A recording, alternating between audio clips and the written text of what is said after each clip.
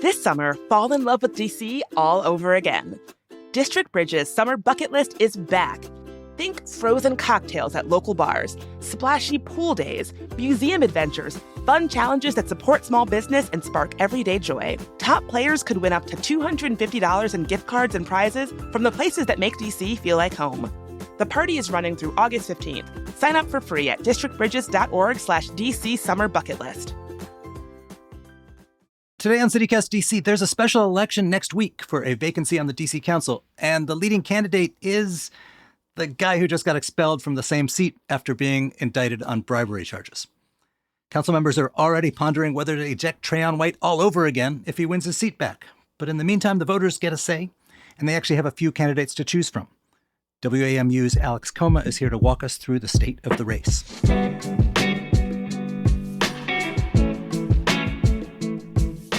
Today is Monday, July 7th. I'm Michael Schaefer, and here's what DC's talking about.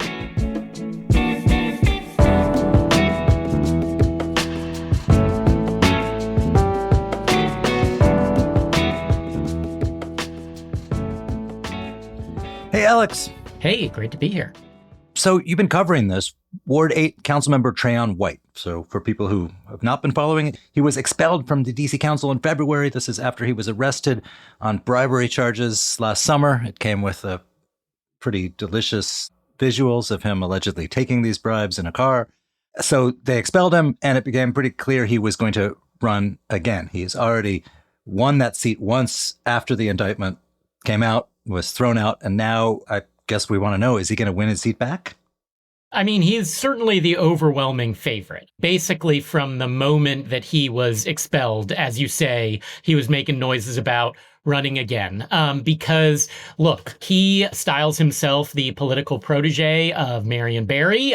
He did learn quite a bit from the man known as the mayor for life, who himself survived through all number of scandals. Now, none of them were ever quite the same as being charged with federal bribery, being caught on video, seemingly taking, wads of cash from a city. He was caught on video doing something else. Yeah. Marion Barry had some familiarity with video, but certainly not. But your point is that he was, I mean, whatever else you say about him, the stuff that he got busted for was sins of the flesh. Exactly. Cast as a man struggling with addiction, not a guy out to profit from being the representative for a very poor part of town, which is what Trayon has been accused of.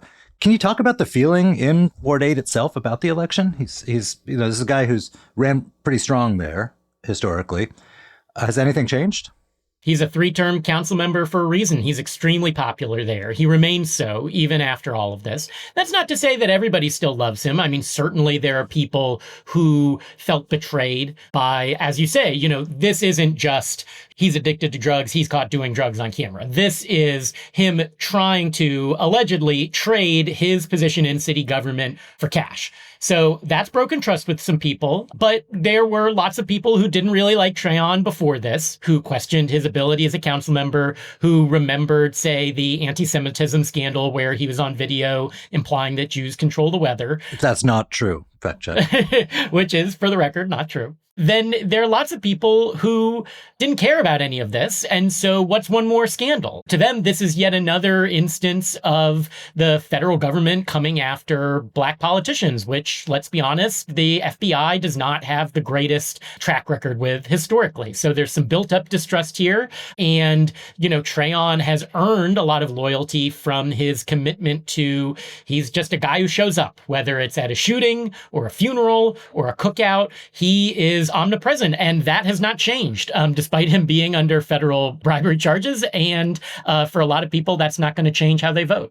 Look, you don't have to be a black politician to capitalize on the idea that the FBI is out to get you. The president of the country. Yeah, not these days.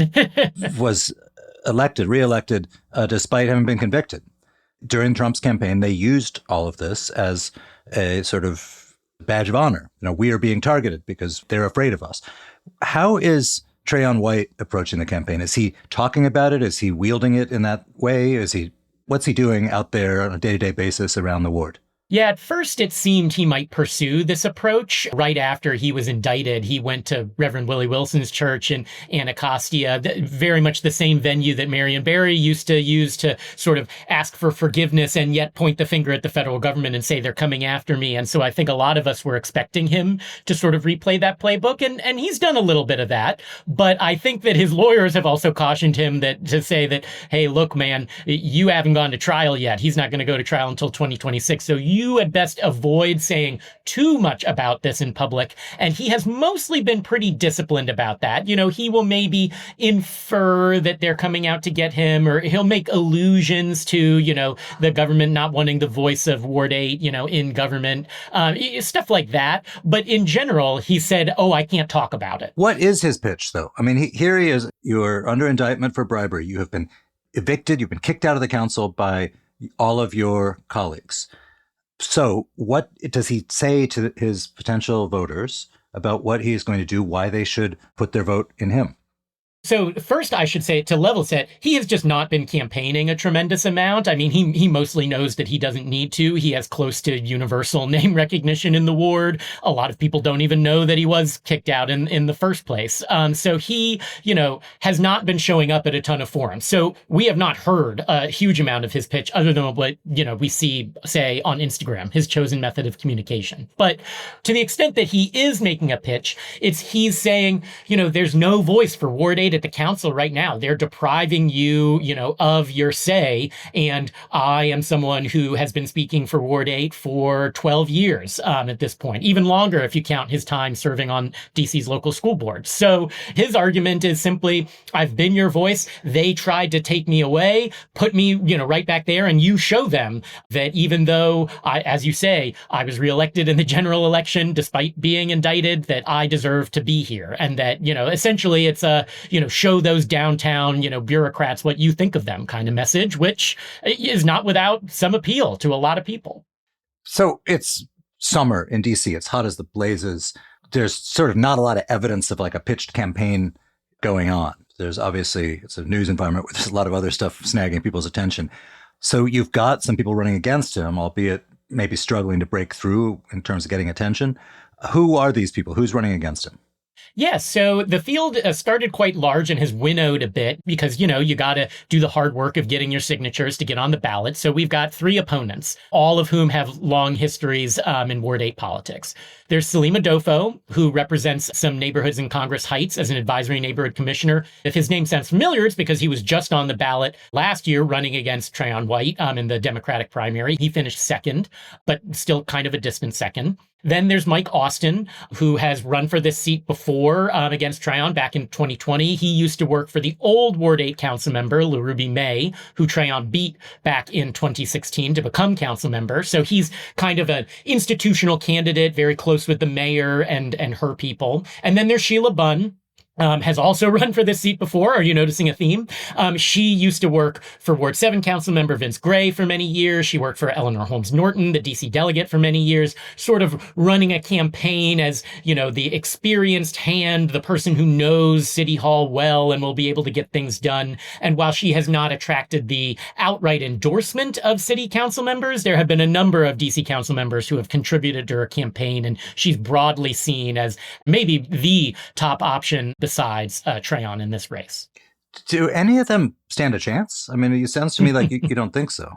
No, I mean, anything's possible, but frankly, given the fact that this race is, as you say, very low key, likely to be decided by just a few, thousand voters, and is really dependent entirely on name recognition and who can pull out, the voters who are absolutely going to crawl over broken glass to vote for you. I mean, that describes Trayon White. It's how he's won for 3 election cycles running now. He has benefited these last 2 from divided fields, even though people are unhappy with him. Once again, we've got a situation where, if this was a heads-up race, maybe a different story, but it's not. There's 3 different candidates for the anti-Trayon vote to be dispersed among. He's got really passionate supporters.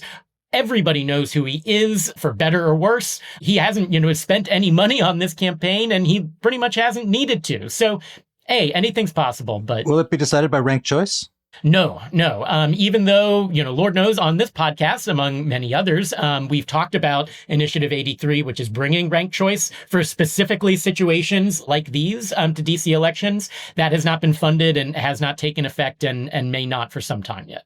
So of the people running against Trayon White, and incidentally, the reason that Alex and sometimes me keep referring to him by just his first name is that there is another council member, Robert White. And so people often use first names to distinguish them. It's not out of any excess familiarity. We're not best friends. Yeah. So of the people running against him, what is their pitch? And are any of them really villainizing Trayon, saying this is a guy who's betrayed us? Yeah, more so as the campaign has gone on. Recently, there was a big Ward 8 Democrats forum, which was one of the two that Trayon has attended so far. And you really started to see his opponents start to attack him a little bit more on that one. But let's be honest, they've been pretty reticent to do so simply because they know that if they're going to win, they need to win over some of his fans. And that even if his voters may not be the greatest fans of the things he stands accused of doing, they might have a lot of residual goodwill built up towards Trayon White. And so a lot of people are pretty loath to attack him. I mean, I've interviewed all of them at varying points. They'll make sort of veiled criticisms about we need new leadership, we don't need these distractions, that sort of thing. But you really aren't seeing people going headlong against him, even though that is kind of the animating issue of this campaign. We wouldn't have a special election if any of this hadn't happened, but instead they're trying to avoid it as best they can. Are any of them offering anything particularly distinguishing? A different direction in one way or another? Yeah, a lot of their arguments, they are sort of drawing them in contrast to Trayon, even as they are doing their best not to mention his name. So for Sheila Bunn in particular, her argument is, I can get in here and pass legislation, even as a new council member, because I've been working for council members and I know how the Wilson building works. And this has been a persistent critique of Trayon White, even when he didn't have bribery charges hanging over his head, is that he was a guy who was never terribly interested in the actual job of legislating. Mike Austin makes a similar argument. He, worked for the mayor as well as in council offices. Essentially, I can get in there and get things done where Trayon couldn't. Salim Adolfo is coming at this from a similar perspective. He's got ANC experience, but, running none of these I would consider a true progressive campaign, but he's maybe more aligned with those sort of progressive groups. He's particularly more of an urbanist, talking about the need for new housing and bike lanes. These are things that have not been that popular in a place like Ward 8, but, he did pretty well running on them last time around. There is some appetite for it, and he's kind of made this pitch again. Right. So Trayon White's appeal always, it was never, I'm a great lawmaker or I'm a wizard of oversight. It was, I'll show up at every pothole and I'm going to help you get what you need out of bureaucracy. Is there a sense that any of these opponents are presenting themselves as people who can do the same? Oh, absolutely. And I think, frankly, some of them will have better arguments at doing that than Trayon White ever would. I mean, that's not to say that he's without friends in the Wilson building, but he didn't have a terrible number, before all of this started. And he certainly doesn't have a terrible number now, considering that all of his colleagues voted to kick him out of office. And many of them, frankly, resent the fact that he is not in office anymore and they have to sort of step up and handle all of the constituent service calls that his office has been getting. And so someone like a Sheila Bunn or a Mike Austin who have been there before, a Salim Adolfo who works on constituent services, right now as an ANC commissioner, they can make pretty good arguments that they would be better at this than he would. I just don't know that anybody is really going to hear them when they feel as if Trayon is their guy and he's been unfairly screwed by the system.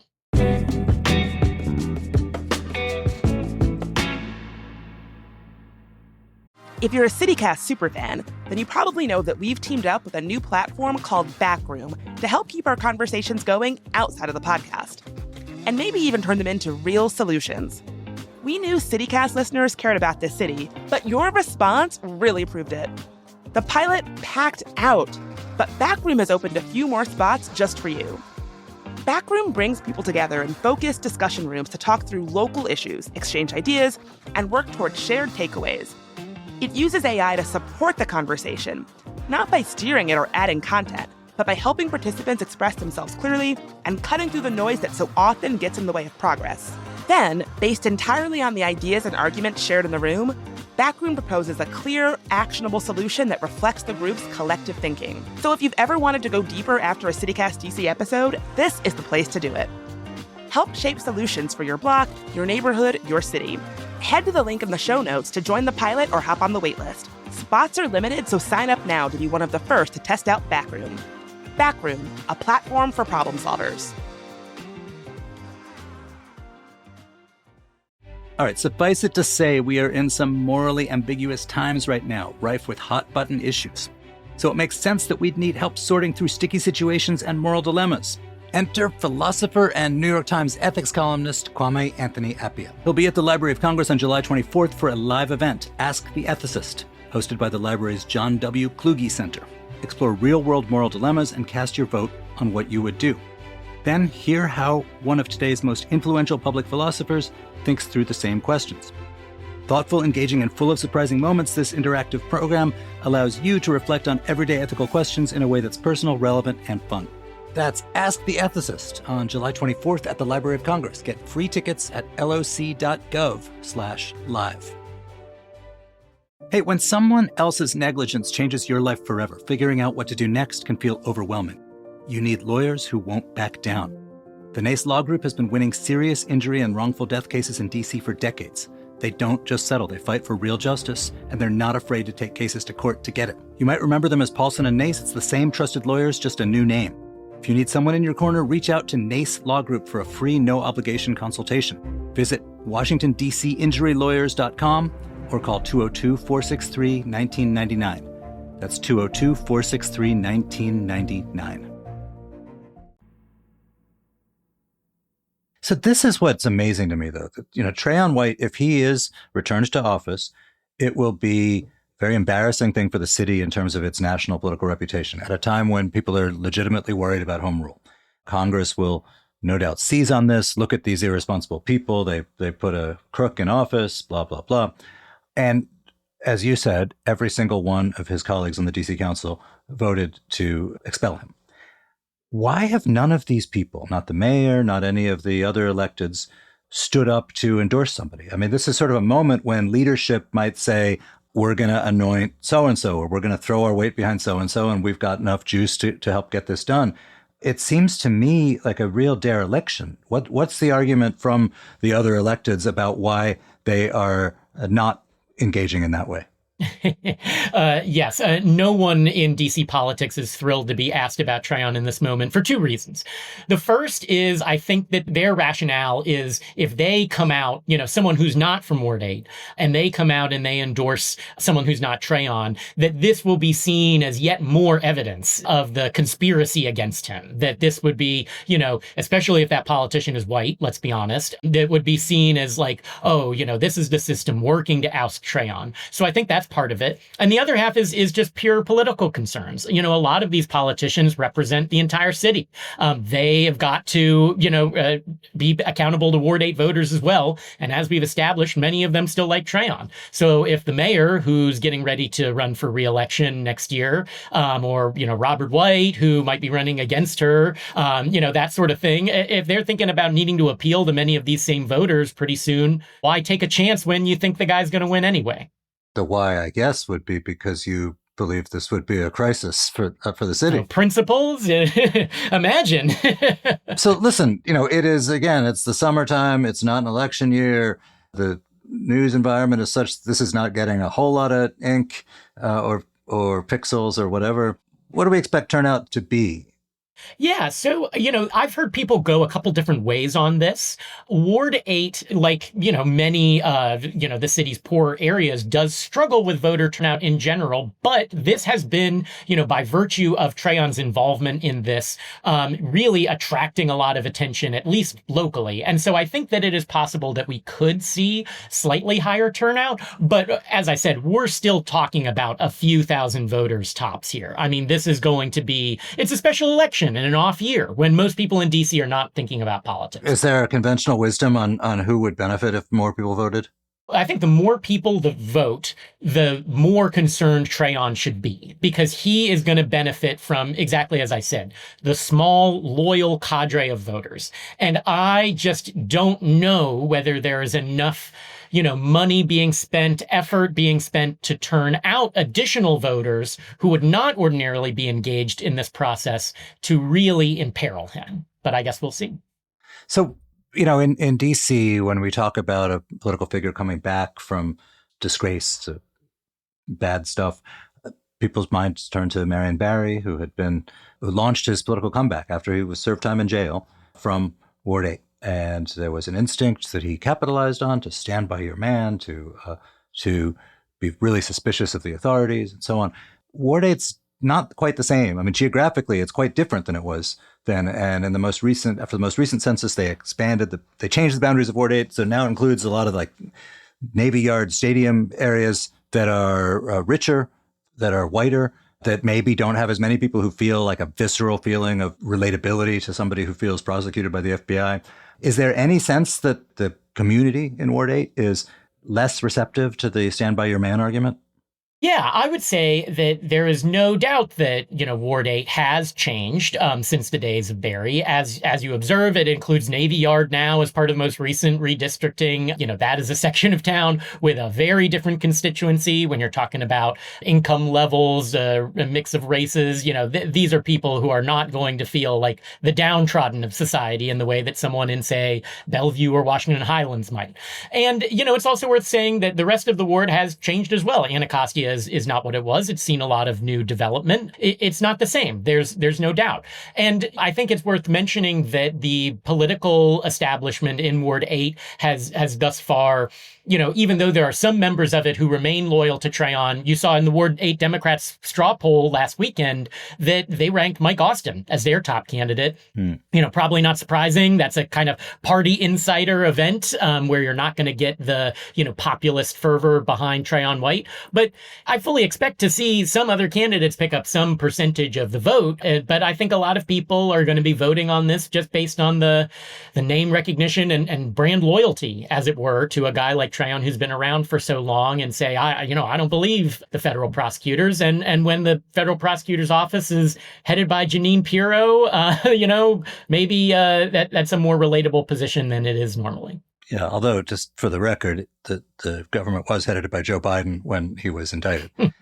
So wait, are there other, look, in a different neighborhood, the Washington Post endorsement might have been a big deal at some point. Obviously, the local elected officials are largely sitting this out. Are there other influence wielders in media and religious leadership, anywhere else in society, who have weighed in or may weigh in to influence the race?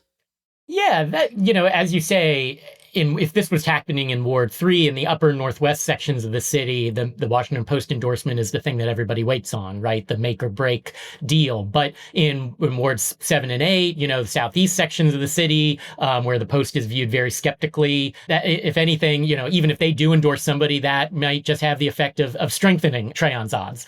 So yeah, there is not necessarily, and same thing goes for the mayor, let's be honest. I mean, she has really tried to make inroads in Ward 8, and, she does better there these days maybe than she used to, but her endorsement in the Ward 7 race just last year was viewed as not terribly valuable, and I think the same thing could be said here. So there really isn't a singular figure you could count on. I think that if you were to really see the sort of places where Trayon has historically had support, which is to say among younger people who are really online, who really, live in his Instagram comments, if they really started to doubt his commitment to the ward in any way, then you would really start to, think maybe something's changing here. But tell you what, pop on over to his Instagram page right now and you will see people in his comments as devoted to him as the day that he first started running. And until that changes, I don't see how he doesn't win. Has there ever been a special election like this in D.C. where someone expelled is trying to come back? No, well, there's never been a council member expelled up until now. Even Jack Evans resigned before the council could kick him out. So we are in exciting new territory here. Even more exciting will be if he wins again, will they expel him again? So they're in the conversations about that right now. I think some council members would like to, because their rationale is nothing's changed. There's been no new evidence suggesting that all the same reasons that he, shouldn't be a council member, no one's contradicted any of that with new evidence. Certainly he hasn't. But I think a lot of them, too, are realistic that his trial's coming up in 2026. I think they're hopeful that federal prosecutors just kind of do the job for them. Of course, if he's convicted of a federal crime that occurred when he was in office, he will be ineligible to serve. And so DC law will kind of take care of that for them. So I think a lot of them are just kind of trying to run out the clock, because for the same political reasons why they haven't endorsed anyone is why they're reticent to kick him out again. I think a lot of them felt like that was a political risk in the first place, but that they were so galled by his behavior in the wake of that indictment and the risks of congressional interference that you identified, that they had no choice. But would they be willing to do it again, knowing it could trigger another special election that would just lead to this same kind of circus that we've got now? I don't know.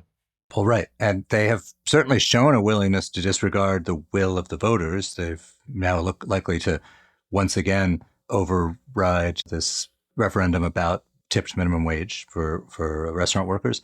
And Congress, I guess, still provides a hell of a motivation for one to do that. It puts them in an incredibly awkward position, which is another reason I'm sort of surprised that none of them seem to be working that hard to avert the awkward position happening in the first place. Yeah, I mean, it was a huge motivating factor when they moved to kick him out the first time, because that was when Trump had first come back into office and Republicans had just swept back into control of Congress and were really putting DC under a microscope. Things have quieted down a little bit since then. But I mean, and they're looking for any opportunity to talk about anything other than, their stalled negotiations over a big spending bill. Why not beat up on DC that you have total control over? And guess what? They beat up on Marion Barry to great effect 30 years ago, and I'm sure they would love nothing more than a chance to do so again. It makes an awful lot of sense to me to be concerned about that, but, I don't have to show up in Ward 8 and ask for some votes, so it's easy for me to say. Wait, so before I go, how has council been operating in these last few Trayon-less months?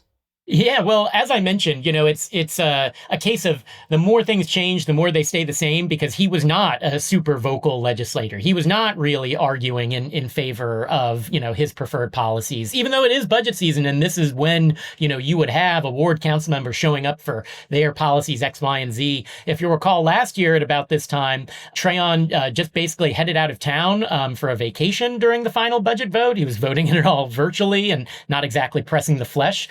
So in some ways, things haven't changed. In others, his absence is really very consequential. We only have 12 council members instead of 13. If we're getting to a place where there are major budget votes where things are being decided on a 7-6 line in ordinary times, it's a big deal when there's only 12 people. Like, will Trayon or whoever wins the special election be seated in time to vote on the RFK Stadium deal? Has he said how he would vote?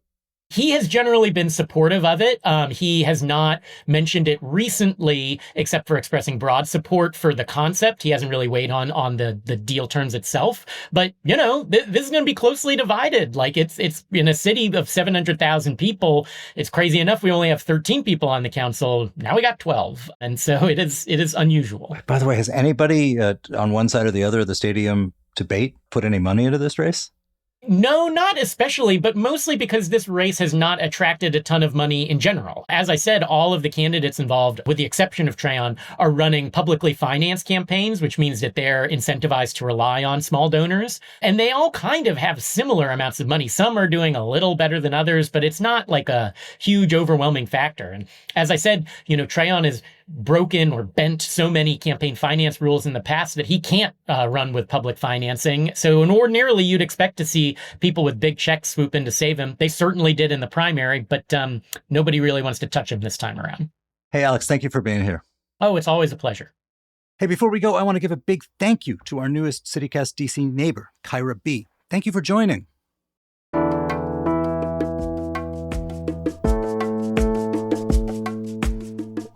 And that's all for today here on CityCast DC. If you enjoyed the show, why not tell a friend, rate the show, leave us a review, and subscribe to our morning newsletter.